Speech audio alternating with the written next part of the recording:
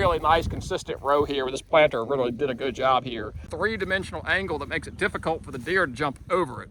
He's an electrician, so go to a knee and then touch it. Just see what it feels like. Oh, I heard that one. Those should ride right there for a minute. Grabbing a few extra posts here. We have an awesome project today. We are running the electric fence around the sunflower field. Got some family coming down to help. I got Hudson. We got a lot of work to do, but it's a nice, cool Memorial Day. So let's get to it.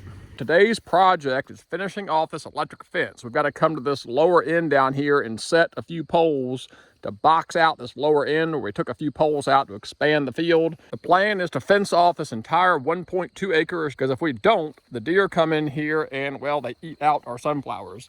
And you can see it right here. The deer have been in here. I've actually already got a small buck on camera coming in here because we have sunflowers germinating 2 weeks after planting. So we actually came back out here and reseeded 5 days ago because of all this muddy mess. And that's what we've got. We've got the 4-leaf stage. We've got a sunflower coming up. We've got 2 more here, another one here. Sunflowers are starting to emerge. And we've got sunflowers popping up all over this field. And well, the deer are in here eating them already. Sunflower, flower, sunflower. Really nice consistent row here where this planter really did a good job here. As I'm walking around, that planter did dynamite in some areas. I mean, there's a perfect sunflower placed every 8 to 10 inches, just in the perfect longest continuous run. You can tell it skipped in a few areas, but overall I'm very pleased. All things considered with the weather, the mud, first year with the planter, battling a lot of things out here, but there are a lot of sunflowers in this field. Now we just got to get some fence put up, protect them. Hard, isn't it?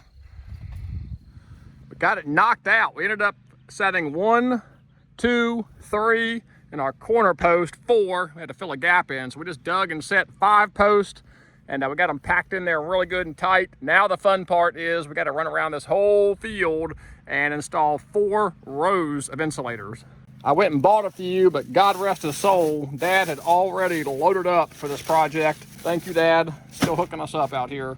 So now the fun part is I'm gonna go run all these insulators and our wires.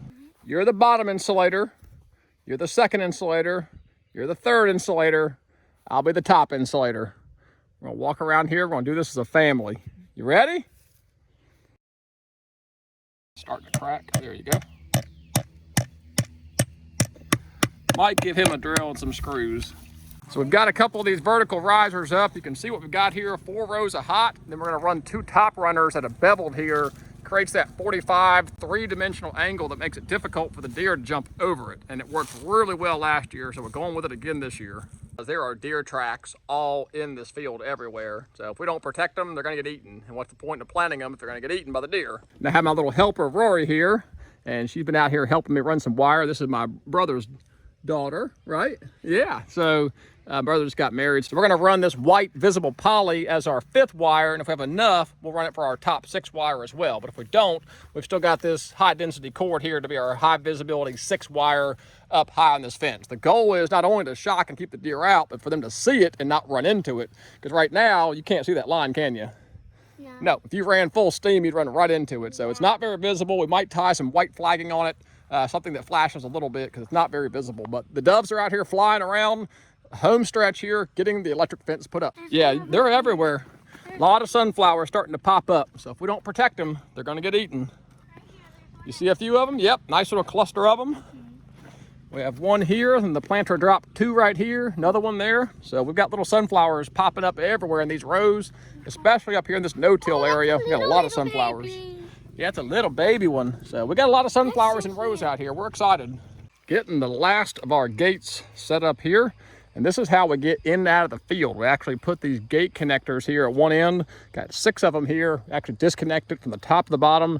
Tractor can come into this field with the boom sprayer on. I know it looks like a lot of work, but it actually goes really quickly with 2 and 3 people out here.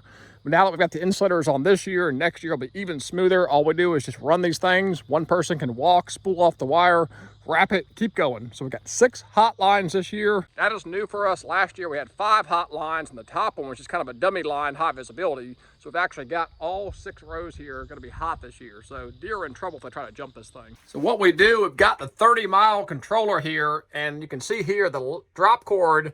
We've just got all 3 legs tied under the hot line. So it still runs through a transformer.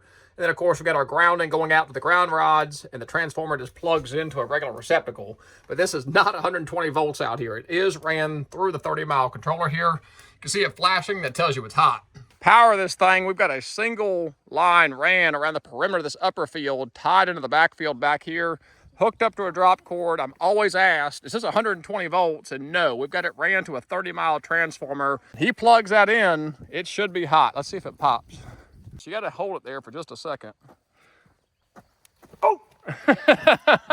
Heard it pop. Is it hurt or? It ain't no 480, I'll tell you that. Okay, all right, go to a knee. You have to be grounded. He just did it. It ain't bad at all. So it's hot up here. Now the question is, will a single strand ran, I don't know, 150 yards, power that whole back field? About to find out. Right. Look, I'm touching it. Just hold it. Feel it? It ain't bad. It's a tiny shot. Just a tiny, right? Not bad. So we got a single tie-in down here, and we've tied them all in, and we did the same thing, a couple other areas here. So moment of truth, same thing. Let's see if it's hot. Yep. Same. Feels the exact same. Sparky, he's an electrician, so go to a knee and then touch it. Just see what it feels like. Oh, I heard that one.